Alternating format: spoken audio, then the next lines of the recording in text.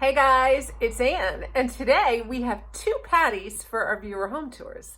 The first Pattie is a friend of the second Pattie. First Pattie is spelled I-E, second Pattie is spelled with a Y. So Pattie with the Y found us Pattie with the I-E. Yeah, sounds real confusing.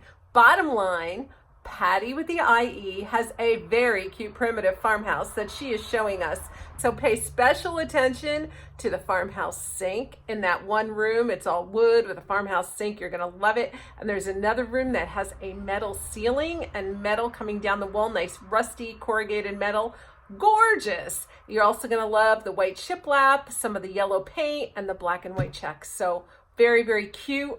Pattie with the Y is going to show us her quilt collection. She has been very busy quilting and doing handmade items. How many of you are doing handmade items during this time?